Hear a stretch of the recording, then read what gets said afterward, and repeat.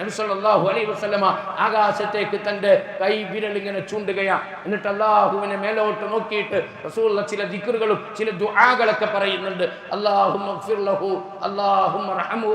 റസൂലുള്ള ദുആക്കാൻ, അല്ലാഹു എനിക്ക് നീ പുറത്തു തരണേ അല്ലാഹ്, എന്നോട് നീ കരുണ കാണിക്കണേ അല്ലാഹ്. ആര്?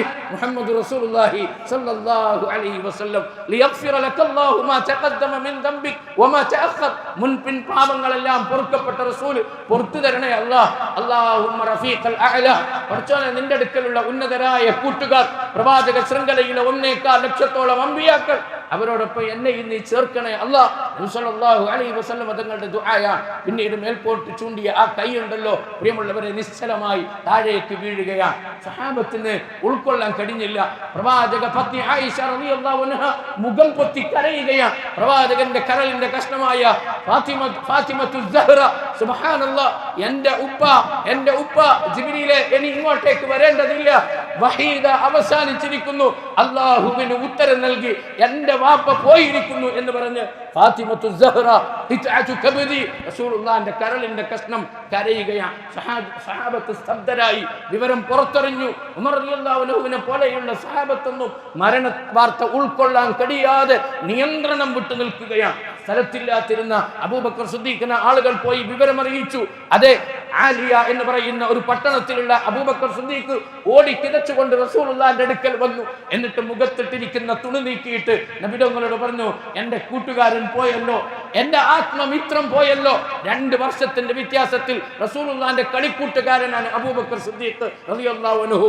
നബുവത്ത് മുതൽ അല്ല, അതിനു മുമ്പ് തന്നെ റസൂലുള്ളാഹിന്റെ നിഴലായി ഒന്നിച്ച് മരണം വരെ ഉണ്ടായിരുന്നു അബൂബക്കർ സിദ്ദീഖ് റളിയല്ലാഹു അൻഹു. എന്റെ കൂട്ടുകാരൻ പോയല്ലോ എന്ന് പറഞ്ഞ് അബൂബക്കർ സിദ്ദീഖ് റളിയല്ലാഹു അൻഹു കരയുന്നു. പക്ഷേ അബൂബക്കറിന് നിയന്ത്രണം വിടാൻ കഴിഞ്ഞില്ല. കാരണം ഈ ഉമ്മത്തിന്റെ ഏറ്റവും വലിയ നേതാവാണ്. ഇനി നിയന്ത്രിക്കേണ്ടത് അബൂബക്കറാണ്. ബാക്കിയുള്ളവരുടെ കാര്യം കൂടി ശ്രദ്ധിക്കേണ്ടത് അബൂബക്കറാണ്. അബൂബക്കർ സിദ്ദീഖ് റളിയല്ലാഹു അൻഹു പുറത്തു വന്നു.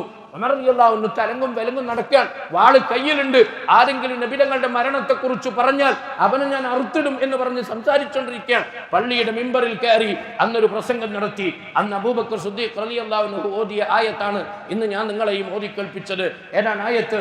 വമാ മുഹമ്മദുൻ ഇല്ലാ റസൂൽ قد خلت من قبله الرسل أفإن مات أو قتل انقلبتم على أعقابكم ومن ينقلب على عقبيه فلن يضر الله شيئا. അത് അപ്പോൾ ഇറങ്ങിയ ആയത്തല്ല, അത് ഉഹുദിൽ റസൂലുള്ള മരിച്ചു എന്ന കിംവദന്തി പറഞ്ഞപ്പോ അന്ന് ഇറങ്ങിയ ആയത്താണ്. ഉമർ റളിയല്ലാഹു അൻഹു പറയാൻ, അങ്ങനെ ഒരു ആയത്ത് ഖുർആനിലുള്ളതായി എനിക്ക് അറിഞ്ഞിട്ടേ ഇല്ല, ഞാൻ അങ്ങനെ ഒരു ആയത്തുള്ളതായി എനിക്ക് ഓർമ്മയില്ല.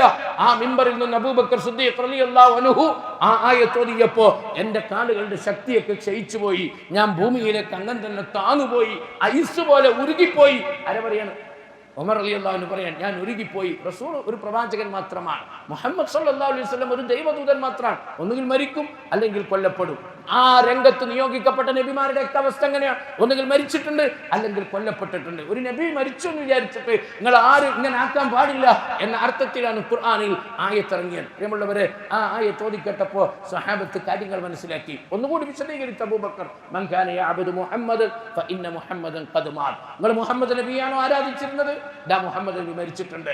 വമൻ കാന യഅബുദുല്ലാഹ്, നിങ്ങൾ അല്ലാഹുവിനെയാണോ ആരാധിച്ചത്? ഫഇന്നല്ലാഹ ഹയ്യുൻ ലാ യമൂത്. അല്ലാഹ് ജീവിച്ചിരിപ്പുണ്ട്, അവൻ ഒരിക്കലും മരിക്കൂല. നമ്മൾ അല്ലാഹുവിനെയാണ് ഇബാദത്ത് എടുക്കുന്നത്, അല്ലാഹുവിനെയാണ് ആരാധിക്കുന്നത്. മുഹമ്മദ് മനുഷ്യനാ, റസൂലാ, മരിക്കും അല്ലെങ്കിൽ കൊല്ലപ്പെടും. നിങ്ങളൊന്നും ഇങ്ങനെ ആക്കാൻ പാടില്ല.